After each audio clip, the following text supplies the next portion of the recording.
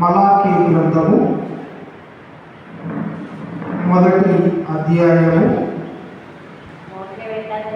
1వ వచనం నుండి 6 వచనాల వరకు మనము చదువుకున్నాం.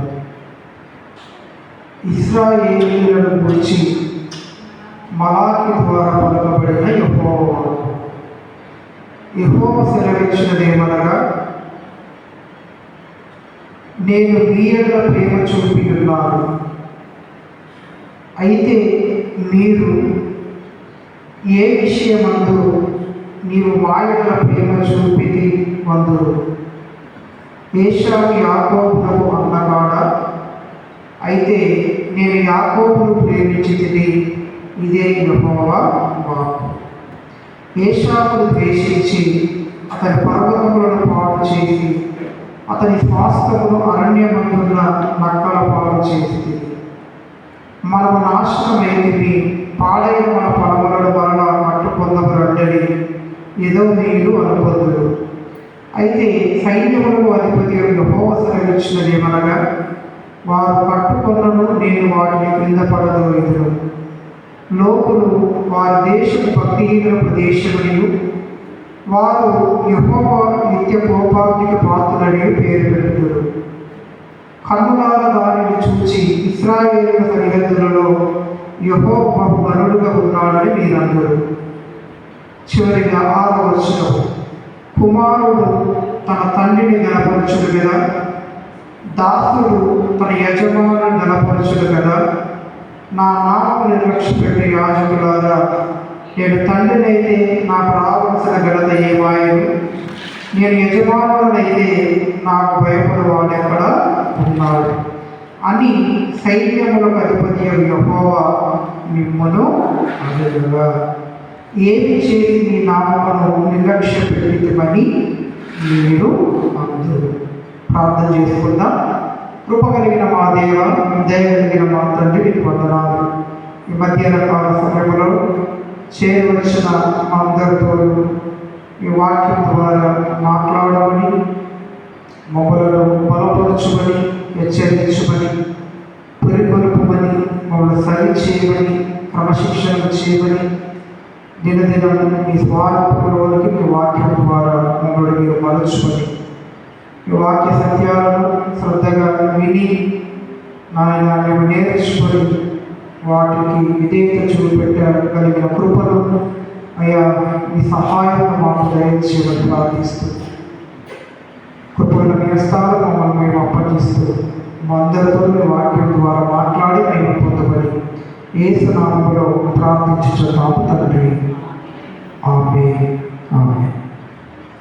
గడిచిన 2 వారాలుగా మనం 2 అంశాలను మనం ధ్యానము చేస్తాం. మొట్టమొదటి అంశముగా దేవుణ్ణి సంతోషపరిచే జీవితం నీకు వచ్చునా అన్న అంశాన్ని మనం ధ్యానం చేశాం. అలాగే రెండవదిగా దేవునికి ప్రార్థన చేయడం నీకు వచ్చునా, అసలు ప్రార్థించడం నీకు వచ్చునా అని పోయిన ఆ అంశము పైన మనము దేవుని యొక్క వాక్యాన్ని మనం ధ్యానించడము జరిగింది. ఈ రోజున 3వ అంశ ధ్యానంగా దేవుని ఎడల భయభక్తులు కలిగి జీవించడం నీకు వచ్చునా అనే అంశము పైన దేవుని యొక్క వాక్యాన్ని మనము ధ్యానము చేద్దాం. దేవుని పట్ల భయభక్తులు కలిగి జీవించడం నీకు వచ్చునా. ఈ మలాకీ గ్రంథంలో మనం చూసినప్పుడు అప్పుడు ఉన్నటువంటి ఇశ్రాయేలు ప్రజల్లో ఉన్నటువంటి ఆ పాప స్వభావాన్ని గురించి మనం అక్కడ చూస్తాం. వారిలో ఉన్నటువంటి తిరుగుబాటు స్వభావాన్ని గురించి కూడా మనం అక్కడ చూస్తాం. 2వ వచనంలో మనం చదువుకుంటున్నప్పుడు దేవుడు ఇశ్రాయేలు ప్రజలతో అంటా ఉన్నాడు, ఏమనంటే, నేను మీ ఎడల ప్రేమ చూపి ఉన్నాను అని దేవుడు ఇశ్రాయేలు ప్రజలతో అంటే, అప్పుడు వాళ్ళు ఏమంటున్నారంటే, ఏ విషయమందును మా ఎడల ప్రేమ చూపి ఉన్నావు అని తిరుగుబాటు స్వభావాన్ని వారు అక్కడ చూపెడుతున్నట్లు మనము చూస్తూ ఉన్నాం. చాలాసార్లు చాలామంది పిల్లలు తల్లిదండ్రులను ఈ విధంగా అంటూ ఉంటారు కదా, నువ్వు మా కొరకు ఏమి సంపాదించి పెట్టినావు కదా, నువ్వు మా కొరకు ఏం కష్టపడ్డావు, ఏమి సంపాదించడం మాకు అని అన్నట్లుగా ఆ తిరుగుబాటు స్వభావం అనేటువంటిది ఇశ్రాయేలు ప్రజల్లో ఉన్నట్లు మనం అక్కడ చూస్తూ ఉంటున్నాం. దేవుడేమో నేను మీ పట్ల నా ప్రేమను కుమ్మరించాను అని దేవుడు చెప్తా ఉంటే, ఏ విషయంలో మమ్మల్ని ప్రేమించడం అని చెప్పేసి ఇశ్రాయేలు ప్రజలు ఆ విధంగా దేవుడితో మాట్లాడుతూ ఉంటా ఉంటున్నారు. తర్వాత 6వ వచనంలో మనం చదువుకుంటున్నప్పుడు, నా నామాన్ని మీరు నిర్లక్ష్యం చేశారు అని చెప్పేసి దేవుడు అంటే, ఏ విషయంలో మేము నీ నామాన్ని నిర్లక్ష్యం పెట్టాం అని మరలా దేవునికి తిరుగుబాటు స్వభావంతో జవాబును ఇస్తూ ఉంటున్నారు. తర్వాత అదే 6వ వచనంలో, నా బలను మీరు అపవిత్రపరిచారని చెప్పేసి దేవుడు వారితో అంటే, ఏ విషయం మీ బలను మేము అపవిత్రపరిచాం అని దేవుడికి వ్యతిరేకంగా వారు మాట్లాడుతున్నట్లు మనము చూస్తూ ఉన్నాం. అదే మలాకి గ్రంథం 2వ అధ్యాయం 17వ వచనంలో మనం చదువుకుంటున్నప్పుడు, మీ మాటల చేత మీరు యెహోవాను ఆయాస పెట్టుచు దేని చేత ఆయనను ఆయాస పెట్టుచున్నామని మీరు అడుగుచున్నారే. అనగా మీ మాటల ద్వారా మీరు నన్ను ఆయాస పెడుతున్నారని దేవుడు వారితో అంటే, నేను ఆయాస పెట్టిన నిన్ను మా మాటలతోటి అని ఆయన దేవుడితోటి వారు మాట్లాడుతూ ఉంటున్నారు. తర్వాత 3వ అధ్యాయము 13వ వచనంలో మనం చదువుకుంటున్నప్పుడు, యెహోవా సెలవిచ్చినదేమనగా, నన్ను గూర్చి మీరు బహు గర్వపు మాటలు పలికి నిన్ను గూర్చి ఏది చెప్పిమని మీరు అడుగుదురు. దేవుడు మీరు నా గురించి గర్వపు మాటలు మాట్లాడుతున్నారని దేవుడు వారితో అంటే, అప్పుడు వారి ఏమంటారంటే, ఏం మాట్లాడు మీ గురించి గర్వపు మాటలు అని చెప్పేసి ఇశ్రాయేలు ప్రజలు దేవునితోటి చెబుతూ ఉంటున్నారు. అదేవిధంగా 3వ అధ్యాయంలో 8వ వచనంలో మనం చదువుకుంటున్నప్పుడు, మానవుడు దేవుని యొక్క దొంగిలునా, అయితే మీరు నా యొక్క దొంగిలు తిరిగి దేని విషయంలో మేము నీ యొక్క దొంగిలు తిమని మీరు అందురు. అనగా దేవుని భాగం, దేవునికి రావాల్సినవి దేవునికి ఇవ్వకుండా మీరు దొంగతనం చేస్తూ ఉన్నారని దేవుడు అంటే, ఏ విషయంలో మీకు దొంగతనం చేస్తామని చెప్పి మాట్లాడాల్సిన దేవుడితోటి మాట్లాడేటువంటి స్వభావములు వారు కలిగి ఉన్నట్లుగా మనము చూస్తూ ఉంటున్నాం. తర్వాత అదే 3వ అధ్యాయం 7వ వచనంలో మనం చదువుకుంటున్నప్పుడు, మీ పితరుల నాట నుండి మీరు నా కట్టడలను గైకొనక వాటిని తోసివేసిరి. అయితే మీరు నా తట్టు తిరిగిన ఎడల నేను మీ తట్టు తిరుగుతున్నది సైన్యములకు అధిపత్యం యెహోవా సెలవీయగా, మేము దేని విషయంలో తిరుగుదుమని మీరు అందురు. అనగా ఇశ్రాయేలు ప్రజల్లో మనం చూసినప్పుడు దేవుడు ఏది చెప్పినా దాని వ్యతిరేక స్వభావాన్ని వారు అక్కడ చూపించినట్టుగా మనము చూస్తాం. ఈ మాటలు వేరే ఎవరో అంటే వారు మాట్లాడడం పర్వాలేదు, కానీ ఐగుప్తు దేశంలో నుంచి దేవుడు తన అద్భుత ఆశ్చర్య కార్యాల ద్వారా వారిని విడిపించుకొని పాలుతేనను ప్రవహించేటువంటి కనాన దేశంలోనికి దేవుడు వారిని చేర్చి, పగలు మేఘ స్తంభమై రాత్రి అగ్ని స్తంభంలాగా దేవుడు వారికి తోడుగా ఉండి, పరలోకపు ఆహారం చేత అనగా మన్నా చేత వారిని పోషించి, ఆ 40 సంవత్సరాలు వారు వేసుకున్నటువంటి బట్టలు పాతగిలలేదట, అలాగే వారు కొనుక్కున్నటువంటి చెప్పులు అవి అరిగిపోలేదు. ఆ విధంగా దేవుడు అద్భుతంగా వారిని పోషించి సంరక్షించి వారి కొరకు ఎన్నో అద్భుత ఆశ్చర్య కార్యాలను జరిగించి, ఐగుప్తు యొక్క బానిసత్వంలో నుంచి దేవుడు వారిని విడిపించి పాలుతేనెలు ప్రవహించేటువంటి కనాన దేశంలోనికి వారిని చేర్చి, దేవుడు ఎంతగానో వారి ఆయన కృపను కుమ్మరించి ఉండగా, అటువంటి ఇశ్రాయేలు ప్రజలు ఒకానొక రోజున మరి తిరుగుబాటు స్వభావంతో, మూర్ఖపు స్వభావంతో దేవుణ్ణి నువ్వు మా పట్ల ఏం ప్రేమ ఉంచినావు, నువ్వు మమ్మల్ని ఏం పట్టించుకున్నావు అని చెప్పేసి వారు ఆ విధంగా తిరుగుబాటు స్వభావాన్ని దేవుని పట్ల వారు కనపరిచిన వారిగా ఉన్నట్లుగా మనం చూస్తా ఉంటాం. ఒకవేళ దేవుడు మీరు నన్ను ప్రేమించడం లేదన్నప్పుడు మరి వారి నుంచి రావాల్సినటువంటి మాట ఏంటంటే, ప్రభువా నేను ప్రేమించే మనసును మాకు దయచేయి, లేదా నేను మీ పట్ల నా ప్రేమను చూపించాను అని దేవుడు వారితో పలికినప్పుడు, అవును ప్రభువా మమ్మల్ని ప్రేమించావు నిజమే, ఆనాడు ఐగుప్తు దేశంలో మేము బానిసలుగా ఉన్నప్పుడు మా స్వప్రయత్నముల ద్వారా మేము విడిపించబడలేనటువంటి స్థితిలో మేము ఉంటున్నప్పుడు నిజమే ప్రభువా మమ్మల్ని ప్రేమించావు, మోషేను పంపించి నువ్వు అనేకమైన అద్భుతాలు జరిగించు మా కొరకు నువ్వు మమ్మల్ని విడిపించావు ప్రభు, నిజమే నువ్వు మా పట్ల ప్రేమను చూపించావు, నీ ప్రేమకై వందనాలు చెప్పేసి వాళ్ళు దేవుణ్ణి ఆరాధించారు. కానీ వాళ్ళు ఏమంటున్నట్టు మమ్మల్ని ఏ ప్రేమించడం, ఏ విషయంలో నీ ప్రేమ మా పట్ల చూపించడం అని చెప్పేసి వాళ్ళు ఆ విధంగా మాట్లాడుతూ ఉంటున్నారు. అలాగే మీరు నా బల్లను అపవిత్రపరిచారు, లేదా నా నామాన్ని నిర్లక్ష్యం చేస్తున్నారని దేవుడే వారితో అంటా ఉంటున్నప్పుడు వాళ్ళు చేయాల్సిన పని ఏంటంటే, ప్రభా మమ్మల్ని క్షమించు దేవా, నువ్వు మాకు మారుమనసు దయచే ప్రభా, ఈ నామాన్ని పవిత్రపరచుకువా, ఈ బల్లను పవిత్రంగా ఆచరించగలిగే కృపను మాకు దయచే, నామాన్ని గలపరచు జీవితాలు నువ్వు మాకు దయచే అని చెప్పి వాళ్ళు పశ్చాత్తాపంతో ప్రార్థన చేయాల్సింది. వాళ్ళు ఏమంటున్నారు, నేనే పవిత్రపరచున్నాను, మేమే మీ నామాన్ని నిర్లక్ష్యం చేసినాం అని వారు తిరుగుబాటు స్వభావంతో వారి సమాధానాన్ని చెబుతూ ఉన్నారు.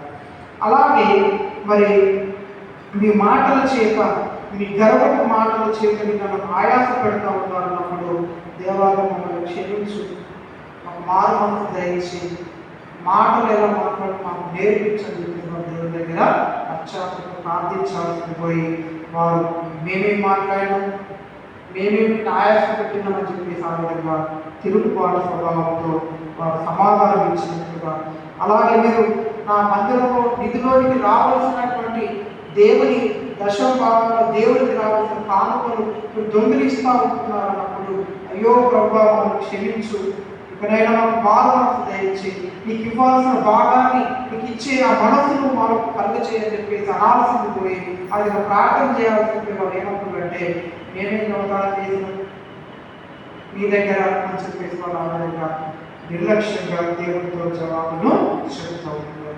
కాబట్టి ఆ తర్వాత ఒక 400 సంవత్సరాలు ఇక దేవుడు వారితో మాట్లాడమే మానేశారు. 1 సంవత్సరం కాదు, 2 సంవత్సరం కాదు, ఒక 100 సంవత్సరాలు కాదు, దాదాపుగా 400 సంవత్సరాలు ఇశ్రాయేలు ప్రజలతో దేవుడు మాట్లాడమే మానేశారు. కారణం ఏంటంటే వారిలో ఉన్నటువంటి తిరుగుబాటు స్వభావము.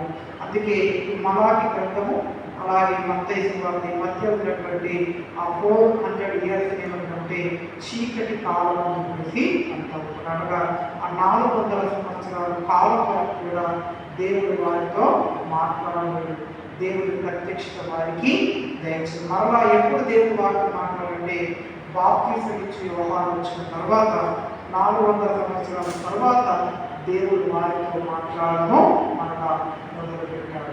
కాబట్టి మధ్యాహ్న కాల సమయంలో మరి దేవుడి పిల్లలుగా ఆయన పట్ల భయభక్తులు కలిగి జీవించడం మనకు వచ్చునా అనేటువంటి ఆ అంశాన్ని మన మనసులో పెట్టుకొని దేవుని యొక్క వాక్యాన్ని మనము ధ్యానము చేద్దాం. ఆ మలాకి గ్రంథంలో ప్రభు అంటారు కదా, 6వ వచనంలో ఆయన ఏమంటారంటే, కుమారుడు తన తండ్రిని కనపరచును కదా, దాసుడు తన యజమానుని కనపరచును కదా, నా నామమును నిర్లక్ష్య పెట్టు యాజకులారా, నేను తండ్రినైతే నాకు రావలసిన ఘనత ఏమాయను, నేను యజమానుడైతే నాకు భయపడు వాడెక్కడ ఉన్నాడు అని సైన్యములకు అధిపతి యెహోవా మిమ్ములను అనగా. అలాగే మధ్యాహ్న కాల సమయంలో దేవుడు ఏమంటుందంటే, మీరు మన తండ్రి అని మీరు ఆరాధిస్తున్నారు కదా, ఒకవేళ నేను మీకు తండ్రినైతే, మీరు నా పిల్లలైతే నాకు రావాల్సిన ఘనత ఏది,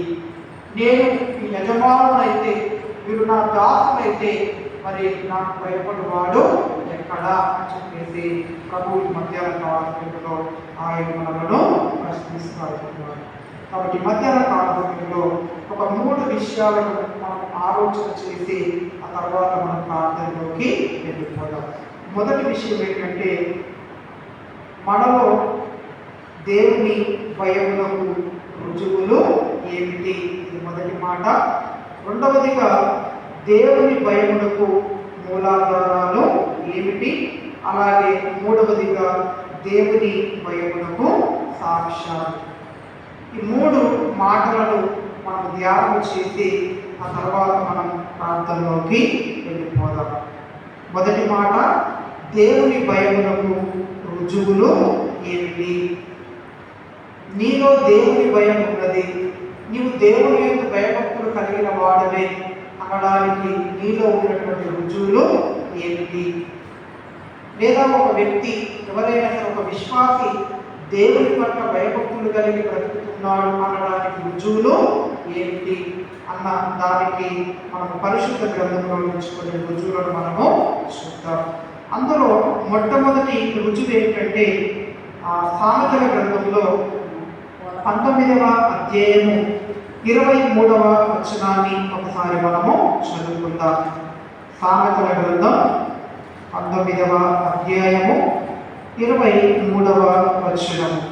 సామెతలు 19వ అధ్యాయము 23వ వచనం. యెహోవా యందు భయభక్తులు కలిగి ఉండుట జీవ సాధనము, అది కలిగిన వాడు తృప్తుడై అపాయము లేకుండా బ్రతుకును అనేటువంటి మాట. కాబట్టి మీలో దేవుని భయమునకు రుజువులు ఏమిటి అని మనం ఆలోచన చేసినప్పుడు, నీలో దేవుని భయం ఉన్నది, నీవు దేవుని ఎడల భయభక్తులు కలిగి బ్రతుకుతున్న వాడవే అనడానికి మొట్టమొదటి రుజువు ఏంటట అంటే, సంతృప్తి కలిగినటువంటి జీవితం. నిజంగా నీ హృదయంలో దేవుని ఎడల భయము, భక్తి ఒకవేళ కలిగి ఉన్నట్లయితే నీలో ఏముంటుందట అంటే సంతృప్తి అనేటువంటిది ఉంటుంది. అనగా సంతృప్తి కలిగినటువంటి జీవితం అనేటువంటిది వారిలో ఉంటుంది. దేవుడు ఇచ్చిన దానితో సంతృప్తి పడేటువంటి మనసు, దేవుడు ఇవ్వని వారి విషయమైన చింత వారిలో ఉండదు. చాలాసార్లు అనేకులు ఏం చేస్తారంటే, దేవుడు వారికి ఇస్తున్నవేంటో వారు గమనించకుండా, దేవుడిని స్తుతించకుండా, దేవునికి వందనాలు చెల్లించకుండా, దేవుణ్ణి ఆరాధించకుండా, దేవుడిని గణపరచకుండా ఇతరుల వైపు చూసి వారికి ఏదైతే ఉన్నాయో వీరికి ఏవైతే లేవో మరి వాటిని బట్టి, భౌతిక సంబంధమైన వాటిని బట్టి అనేక సార్లు దేవుడి పైన కలిగే వారిగా, వెలిగే వారిగా, విశ్వాసంలో బలహీనులై దేవుని సన్నిధికి దూరమయ్యే వారిగా ఉండేటువంటి వారిని అనేకులు మనము చూస్తాము.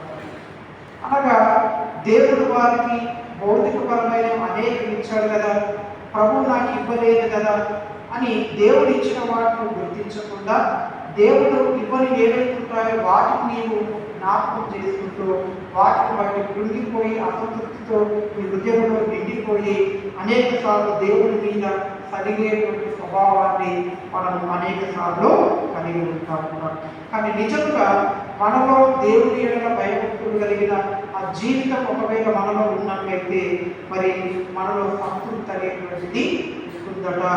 దేవుడు ఏది ఇచ్చినా దాన్ని బట్టి సంతోషంగా అందులోనే సంతృప్తి కలిగి దేవుడిని ఆరాధించి మహిమపరిచేటువంటి ఆ జీవితాన్ని నీవు కలిగి ఉంటావని చెప్పేసి దేవుడి యొక్క వాక్యం మనకు తెలియజేస్తూ ఉంటుంది. కాబట్టి ఎక్కడైతే దేవుడి భయం ఉంటుందో అక్కడ దేవుడి పట్ల సంతృప్తి కలిగిన బ్రతుకు. ఒకవేళ దేవుడి పట్ల నీలో భయం లేకపోతే అక్కడ అసంతృప్తి ఉంటుంది. ఎక్కడైతే అసంతృప్తి ఉంటుందో అక్కడ సనుగులు, గొడుగులు అనేటువంటివి ప్రారంభమవుతాయి. ఆ తర్వాత ప్రభువు నుంచి అవి నేను దూరంగా తీసుకొని వెళ్తూ ఉంటాయి. కాబట్టి మొట్టమొదటి రుజువు ఏంటంటే సంతృప్తి కలిగినటువంటి జీవితం. ప్రభువు నీకు ఏదైతే ఇచ్చాడో వాటిని బట్టి ఆనందించి ఆయన మహిమపరిచేటువంటి జీవితం అది మనలో ఉంటుంది.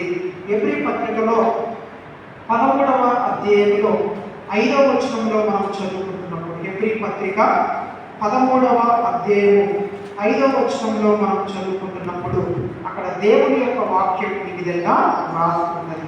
ధనాపేక్ష లేని వారై మీకు కలిగిన వాటితో తృప్తి పొంది ఉండుడి అనేటువంటి మాట. కాబట్టి చాలామంది సేవకులు కావచ్చు, చాలామంది విశ్వాసులు కావచ్చు, వారు ధనాపేక్షలో పడిపోయి లేనిపోని వ్యాపారాలు చెప్పుకొని ఆ వ్యాపారంలో నష్టపోయి తమకున్నటువంటి ధనాన్ని వారు కోల్పోయి ఆస్తిపాస్తులను కోల్పోయి లోకంలో సాక్ష్యం లేని వారిగా తయారై చివరికి దేవుని సన్నిధికి కూడా దూరం అయిపోయి లోకంలో కలిసిపోయిన వారిని ఎంతో మందిని మనము చూస్తాము. అనగా త్వరగా ధనవంతులం అవ్వాలను లేదా ఈ లోకంలో గొప్పవారు కావాలన్న ఆ దురాపేక్షతో వారు ఆ విధంగా ధనము వెంట పరుగులెత్తి దేవునికి దూరమైపోయిన వారిని మన పరిశుద్ధ గ్రంథంలో చూస్తాం. మన కళ్ళ ముందు కూడా అనేకులు మనము చూస్తాం.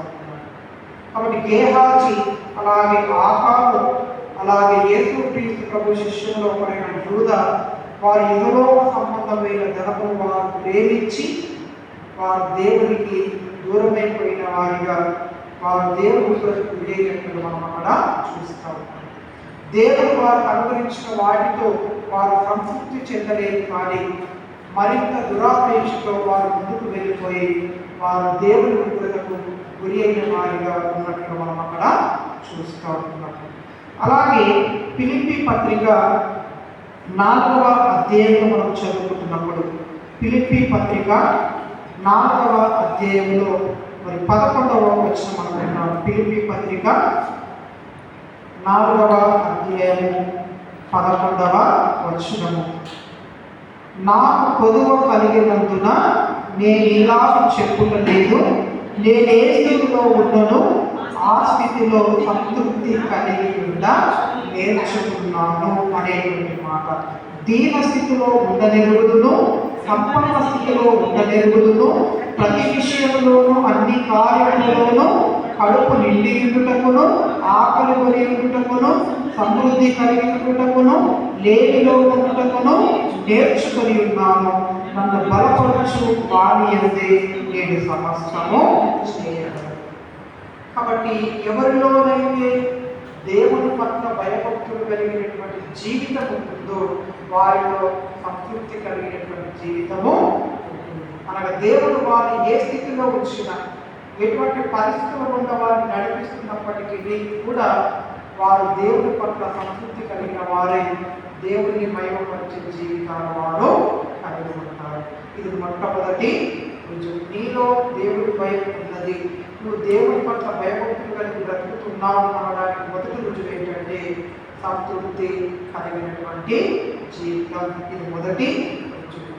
తర్వాత రెండవ రుజువు మనం చూసినప్పుడు పౌలు కొరింథీయులకు రాసినటువంటి 2వ పత్రిక 7వ అధ్యాయంలో మొదటి వచనాన్ని ఒకసారి మనము చూద్దాం. పౌలు కొరింథీ సంఘములకు రాసినటువంటి 2వ పత్రిక 7వ అధ్యాయము మొదటి వచనము. ప్రియులారా, మనకు ఈ వాగ్దానంలో ఉన్నవి కనుక దేవుని భయముతో పరిశుద్ధతను సంపూర్తి చేసుకొనుచు శరీరమునకును ఆత్మకును కలిగిన సమస్త కల్మషము నుండి మనలను పవిత్రులుగా చేసుకొందము అనేటువంటి మాట.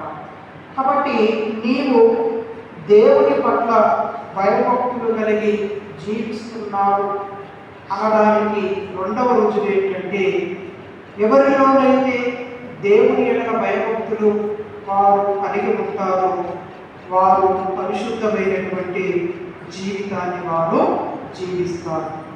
ఇది రెండవ రుజువు. ఆదికాండము 39వ అధ్యాయంలో 9వ వచనంలో మనం చదువుకుంటున్నప్పుడు అక్కడ యోసేపు జీవితాన్ని మనం అక్కడ చూస్తాం. ఆదికాండము 39వ అధ్యాయము 9వ వచనము. ఆదికాండము 39 9వ వచనం. ఈ ఇంటిలో నాకంటే పైవాడు ఎవడునూ లేడు. నీవు అతని భార్యమైనందున నిన్ను తప్ప మరిదేని నాకు అప్పగింప ఉండలేదు.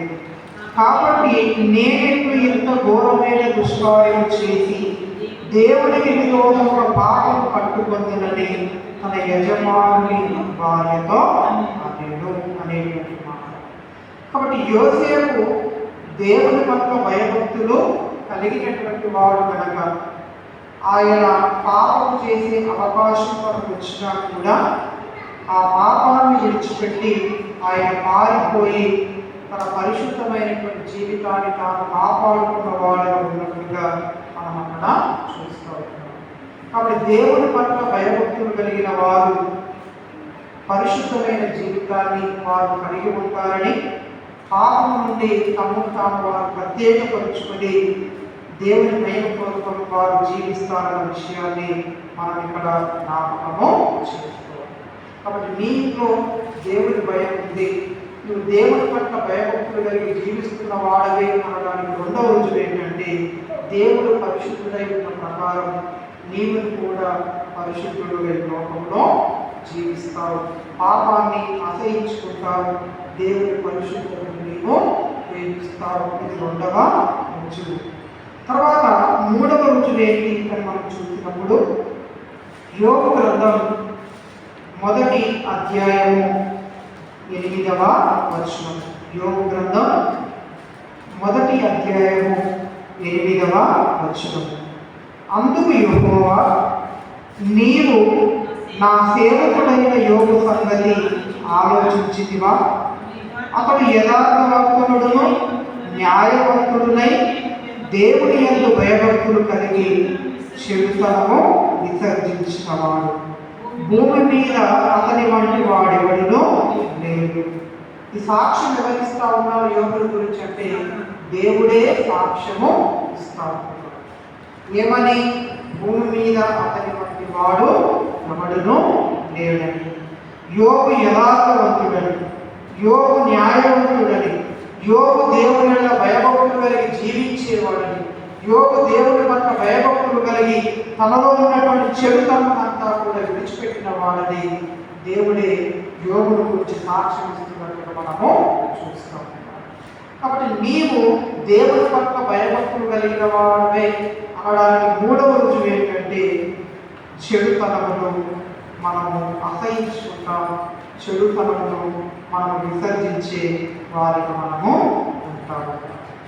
మార్కు సువార్తలో 7వ అధ్యాయంలో 21వ వచనం నుండి 24 వచనాల వరకు మనం చదువుకుంటున్నప్పుడు, మన హృదయం అంతా కూడా పాపం చేత నిండి ఉన్నది అనేటువంటి విషయాన్ని మనం అక్కడ చూస్తాం. మార్కు సువార్త 7వ అధ్యాయము 21వ వచనం నుండి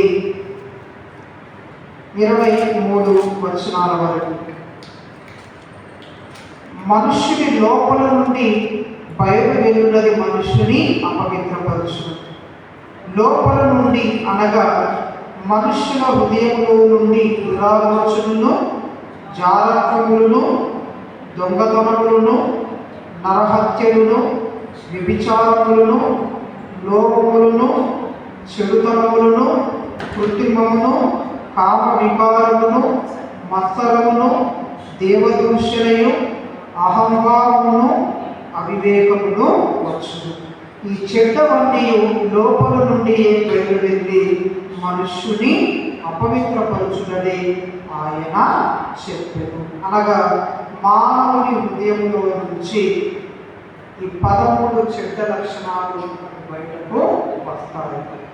కాబట్టి మన హృదయంలో తయారయ్యేటువంటి ఆ చెడును మనం ప్రతిరోజు కూడా విసర్జించే వారిని మనము ఉంటాం. మన కడుపులో తయారయ్యేటువంటి ఆ పనికిరాని చింతను మనం ప్రతిరోజు ఎలాగైతే విసర్జిస్తున్నామో, అలాగే మనలో ఉన్నటువంటి పాపాన్ని దేవుని కృపారాన్ని మనం ప్రతిరోజు కూడా మనం విడిచిపెట్టే వారిని మనము. దేవుని పట్ల భయభక్తులు కలిగిన వారు చెడును అసహించుకుంటారు, ఆ చెడును వారు విసర్జించే వారు ఉంటారు. ఇది 3వ రుజువు. తర్వాత 4వ రుజువు మనం చదువుకుంటున్నప్పుడు సామెతల గ్రంథంలో 8వ అధ్యాయంలో 13వ వచనాన్ని ఒకసారి మనము చదువుకుందాం. సామెతల గ్రంథం 8వ అధ్యాయము 13వ వచనము. సామెతలు 8:13వ వచనం. యెహోవా యందు భయభక్తులు కలిగి ఉండుట చెడుతనము నశయించుకొనుటయే అనేటువంటి మాట. నీలో దేవుని భయభక్తి, నీవు దేవుని పట్ల భయభక్తులు కలిగిన జీవితాన్ని కలిగి ఉన్నట్లయితే దానికి రుజువు ఏంటంటే 4వ రుజువు ఏంటంటే చెడును అసహించుకునే వారిగా మనము ఉంటాం. మొట్టమొదట మన హృదయంలో తయారయ్యేటువంటి చెడును మనం విసర్జించే వారిగా ఉంటాం. అలాగే 4వదిగా బయట ఉండేటువంటి చెడును మనం అసహించుకునేటువంటి వారిగా మనము ఉంటాం. రోడ్డు వెంబడి వచ్చేటప్పుడు వెంట కనిపించింది అనుకో కదా, వెంటనే మనం అసహించుకొని ముక్కు మూసుకొని అవసరం దూరం ఉంచుకొని మనం దాటి వచ్చినట్టుగా నువ్వు దేవుని పట్ల భయభక్తులు కలిగి ఉన్నప్పుడు లోకంలో పెంటగా ఉండేటువంటి వాటిని మనం అసహించుకునే వారిని మనము ఉంటాం. ఈ లోక సంబంధమైన ఆచారాలు కావచ్చు, సాంప్రదాయాలు కావచ్చు, దేవుని మహిమకు విరోధమైన పద్ధతులు కావచ్చు, అలాగే నచ్చబడితనము, లేకపోతే లోక సంబంధమైనటువంటి ఏవైతే ఉన్నాయో పాపాలు, అవన్నీ కూడా అసహించుకొని వాటికి దూరంగా జరిగిపోయే ఆ మనస్తత్వాన్ని నీవు కలిగి ఉంటావు. ఇది 4వ రుజువు. తర్వాత 5వ రుజువు ఏంటి అని మనం చదువుకుంటున్నప్పుడు అపోస్తుల కార్యంలో 9వ అధ్యాయము 31వ వచనాన్ని మనము చదువుకుందాం. అపోస్తుల కార్యం 9వ అధ్యాయము 31వ వచనము. కావున యూదయ, గలతీయ, సమరయ దేశములైనంతటా సంఘము క్షేమాభివృద్ధి నొందుచు సమాధానము కలిగి ఉండేది. మరియు ప్రభువునందు భయమును పరిశుద్ధాత్మ ఆదరణయు కలిగి నడుచుకుంటూ విస్తరించుచుండేరు అనేటువంటి మాట.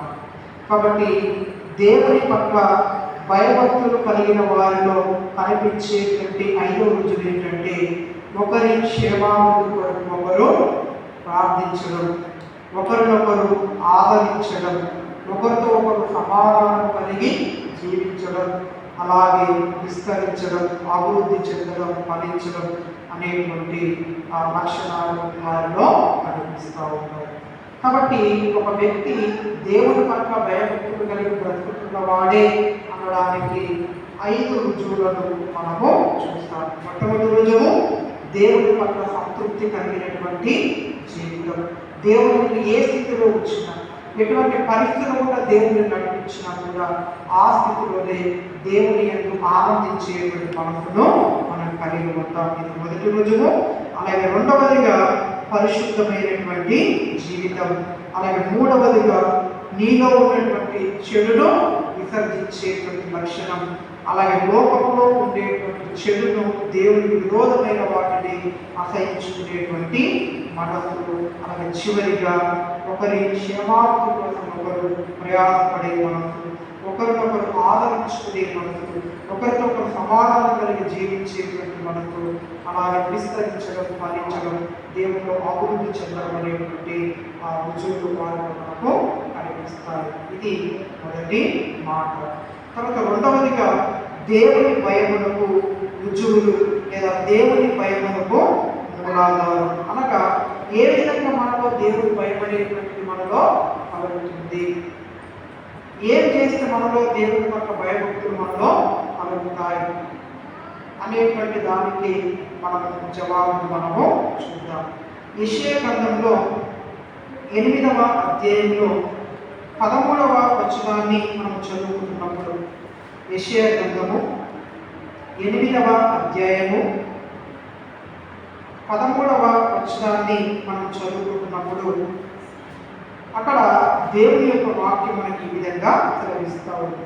సైన్యములకు అధిపతి యెహోవాయే పరిశుద్ధుడు అనుకునుడి, మీరు భయపడవలసిన వాడు ఆయనే, ఆయన కోసమే దిగులు పడవలెను, అప్పుడు ఆయన మీకు పరిశుద్ధ స్థలంగా ఉండును. మీరు భయపడవలసిన వాడు ఆయనే, ఆయన కోసమే దిగులు పడవలెను. ఇక్కడ దేవుని యొక్క వాక్యం ఏమని చెప్తా ఉందంటే, మీరు భయపడాల్సింది దేవునికే, దేవునికి తప్ప మరి దేనికి కూడా మీరు భయపడవలసిన అవసరత లేదు అని దేవుని యొక్క వాక్యము అక్కడ తెలియజేస్తుంది. కానీ మనమేమో దేవుడిని తప్ప ప్రతిదానికి కూడా మనం భయపడుతూనే ఉంటాము. మనలో దేవుని భయం తప్ప ఏదన్నా కూడా భయం అనేటువంటి మనలో పుడుతూ ఉంటుంది. అనగా మనుషులన్నా మనకు భయమే, ఏ కీడు చేస్తారు, ఏ అపాయమో చేస్తారు. అలాగే మానవులన్నా కూడా భయమే, అలాగే జంతువులన్నా భయమే, జీవరాశులన్నా తాకే జీవులన్నా మనకు భయమే, అలాగే లోక సంబంధమైన ఆచారాలన్నా కూడా మనకు భయమే. ఒకవేళ ఆచారాలు పాటించకపోతే ఏ కీడు జరుగుతుందో, ఆఖరి సూర్యుడన్నా భయమే, చంద్రుడన్నా కూడా భయమే కదా. సూర్యగ్రహణం రోజు చెబుతూ ఉంటుంది, ఇక్కడ టీవీలో 24 hours వాడు చెప్తూనే ఉంటాడు, ఇది చెయ్యాలి, ఇది చేయకూడదు, ఇది చేస్తే ఈ అపాయము జరుగుతుంది. ఆ గ్రహణ సమయంలో మీరు భోజనము చేయొద్దు అంటే బంధికమన్న చేస్తే ఏ కీడు జరుగుతుందో మాకని. ఒకవేళ ఈ రోజు మంచిది కాదు, ఈ రోజు మీరు ఎటువంటి శుభకార్యాలు చేయొద్దు, ఎటువంటి ప్రయాణాలు చేయొద్దని కాదు, ఇక బంది కాదు, ఎంత పనులు ఉండని ఏదైనా ఉండని అన్ని మానవులో కూర్చుంటాం. కాబట్టి దేవుడేమో నాకు తప్ప మీరు దేనికి భయపడకూడదు, మీరు భయం ఉంచాల్సింది నా పట్లనే, ఇక మీరు దేనికి దిగులు పడద్దు, దేని విషయం మీరు భయపడద్దు అని దేవుడు చెప్తే మనమేమో దేవునికి తప్ప ఇంకా మనం దేనికైనా భయపడదు. దేవుని ఎడల కాకుండా దేని విషయమైనా మనకు దిగులే అన్నట్టుగా. కానీ దేవుడు ఆయన మన నుంచి కోరుకునేది ఏంటంటే మనము ఆయనకు భయపడే వారిని మనము లోకంలో జీవించాలి. కాబట్టి ఆ దేవుడి భయం మనలో ఏ విధంగా కలుగుతుంది అని మనం చూసుకుంటున్నప్పుడు ఇర్మియా గ్రంథంలో 32వ అధ్యాయంలో 40వ వచనాన్ని ఒకసారి మనము చదువుకుందాం. ఇర్మియా గ్రంథం 32వ అధ్యాయము 40వ వచనము. నేను వారికి మేలు చేయక మానకుండానట్లు నిత్యమైన నిబంధనను వారితో చేయుచున్నాను. వారు నన్ను విడువకుండానట్లు వారి హృదయములలో నా ఎడల భయభక్తులు పుట్టించెదను. దేవుని ఎడల భయభక్తులు ఎవరు పుట్టిస్తారట? దేవుడు మన హృదయంలో ఆయన కలగజేస్తారట. కాబట్టి నీలో దేవుడి భయం ఎలా వస్తుందట అంటే దేవుడు కలగజేస్తే వస్తుంది. కాబట్టి మనము దేవుడి దగ్గర ప్రార్థించాల్సినటువంటి అంశాల్లో ఒక ప్రాముఖ్యమైన అంశం ఏంటంటే, అవ్వ నీ ఎడల భయభక్తులు కలిగిన ఆత్మతో నా హృదయాన్ని నీకు ప్రవ్వ. లోకం అంటే భయం, లోకంలో ఉన్న మనుషులంటే నాకు భయం, రోగాలంటే భయం, మార్పులంటే భయం, ఆచారాలంటే భయం, సూర్యుల చంద్రుల నక్షత్రాల విషయమైన భయం, అన్నిటికీ నేను భయపడతాను ప్రభా, ఒక నీకు తప్ప, నీ సన్నిధికి తప్ప, నీ వాక్యానికి తప్ప కదా. బల్లన్నా భయమే కదా, చిన్న పురుగుకు భయమే. కానీ దేవుడు అంటే ఇటువంటి భయభక్తులు మన హృదయాలలో లేవు. కాబట్టి మధ్యాహ్న కాలంలో దేవుడి దగ్గర మనం అడగాల్సిన ప్రాముఖ్యమైన ప్రార్థన విషయం ఏంటంటే, దేవా నీ పట్ల భయభక్తులు కలిగిన ఆత్మతో నా హృదయాన్ని నీ వాక్యం పట్ల భయం, నీ సన్నిధి పట్ల భయం, నీ నామం పట్ల భయం నువ్వు నాలో కలుగ చేయని చెప్పేసి ప్రభు సన్నిధిలో మనం ప్రార్థించాల్సిన ఆవశ్యకత ఎంతైనా ఉన్నది. అలాగే రెండవదిగా దేవుని భయం మనలో ఏ విధంగా కలుగుతుంది అని మనం చూసినప్పుడు, రెండవదిగా కీర్తనల గ్రంథంలో 119వ కీర్తన 38వ వచనాన్ని ఒకసారి మనము చదువుకుందాం. కీర్తన 119, 38వ వచనం. నీవిచ్చిన వాక్యము మనుష్యులలో నీ భయమును పుట్టించుచున్నది, నీ సేవకునికి దాని స్థిరపరచుము. దేవుని సన్నిధిలో మనం ప్రార్థించాల్సిన మరొక ప్రాముఖ్యమైన ప్రార్థనాంశం ఏంటంటే, నీ ఇచ్చిన వాక్యం మనుష్యులలో నీ భయమును పుట్టించుచున్నది, నీ సేవకునికి దాని స్థిరపరచుము. కేవలం ఆదివారం ఒక్కరోజే కాదు దేవుడంటే భయం. మిగతా రోజుల్లో కూడా మనం ఎక్కడ ఉన్నా కూడా, ఇంటిలోనో, ఒకవేళ పనిచేసే చోటులో, లేదా దేవుని సంఘంలోనో, మనం ఎక్కడ ఉన్నా కూడా దేవుని పట్ల భయభక్తులు అనేటువంటివి మనం కలిగి జీవించాలన్నది దేవుని ఆశ. కానీ చాలాసార్లు ఆయన మందిరంలో ఉన్న భయం ఒకవేళ ఇంటిలోనో లేదా సమాజంలోనో పనిచేసే చోటులో అది అనేక సార్లు మనలో కనిపించదు. కాబట్టి ఇక్కడ కీర్తనకారులు ప్రభు దగ్గర అడుగుతున్నట్టు ఒకనొక ప్రార్థనాంశం ఏంటంటే, నీ సేవకునికి దానిని స్థిరపరచు. ప్రభు ఎన్నడేలా నీ పట్ల భయభక్తులు కలిగినటువంటి బ్రతుకులను నాకు దయచేసి. నేను ఎక్కడున్నా కూడా, పనిచేసే చోటులో, సమాజంలో, వ్యక్తుల మధ్యలో, నా కుటుంబంలోనో, ఇంటి దగ్గరలో, ఈ మందిరంలో ఎక్కడున్నా కూడా నీ పట్ల భయభక్తులు కలిగి ప్రవర్తించేటువంటి బ్రతుకును నాకు దయచేసి, దానిని నా జీవితంలో దాన్ని స్థిరపరచును అని చెప్పేసి అక్కడ కీర్తనకారులు దేవుని అడుగుతున్నట్లుగా మధ్యాహ్న కాలం మనం కూడా ప్రభు దగ్గర ప్రార్థన చేయాల్సిన ఆవశ్యకత ఎంతైనా ఉన్నది. కాబట్టి రెండవదిగా నీలో దేవుని భయం ఎలా దొరుకుతుందట అంటే, ఆయన వాక్యాన్ని వింటూ ఉంటున్నప్పుడు, ఆయన వాక్యాన్ని చదువుతూ ఉంటున్నప్పుడు దేవుడు ఎంత గొప్పవాడు, ఆయన మహిమ ఏంటో నీకు అర్థమవుతూ ఉంటుంది, ఆయన న్యాయ విధులు ఏంటో నీకు అర్థమవుతూ ఉంటాయి. కాబట్టి దేవుని యొక్క వాక్యం వింటూ ఉంటున్నప్పుడు, దేవుని యొక్క వాక్యాన్ని నువ్వు చదువుతూ ఉంటున్నప్పుడు, దేవుని యొక్క వాక్యాన్ని ధ్యానిస్తూ ఉంటున్నప్పుడు, అప్పుడు దేవుడు ఎవరో నీకు అర్థమవుతూ ఉన్నది. అప్పుడు దేవుని యొక్క భయం అనేటువంటిది అది నీకు దేవుడో కలుగుతూ ఉంటుంది. ఇది రెండవ భాగం. తర్వాత మూడవదిగా యెషయా గ్రంథం 11వ అధ్యాయము 2వ వచనం. యెషయా గ్రంథము 11వ అధ్యాయము 2వ వచనము. మనలో దేవుని భయం ఏ విధంగా కలుగుతుంది అనడానికి 3వ కారణం. యెహోవా ఆత్మ జ్ఞాన వివేకములకు ఆధారమగు ఆత్మ, ఆలోచన బలములకు ఆధారమగు ఆత్మ, తెలివిని యెహోవా భయభక్తులను పుట్టించు ఆత్మ అతని మీద నిలుచును. ఇక్కడ యెహోవా ఎడల భయభక్తులను పుట్టించు ఆత్మ. మూడవదిగా నీలో దేవుని భయం ఎలా కలుగుతుందట అంటే, పరిశుద్ధాత్మ దేవుడు మనలో దేవుని భయాన్ని కలగజేస్తాడు. మొట్టమొదట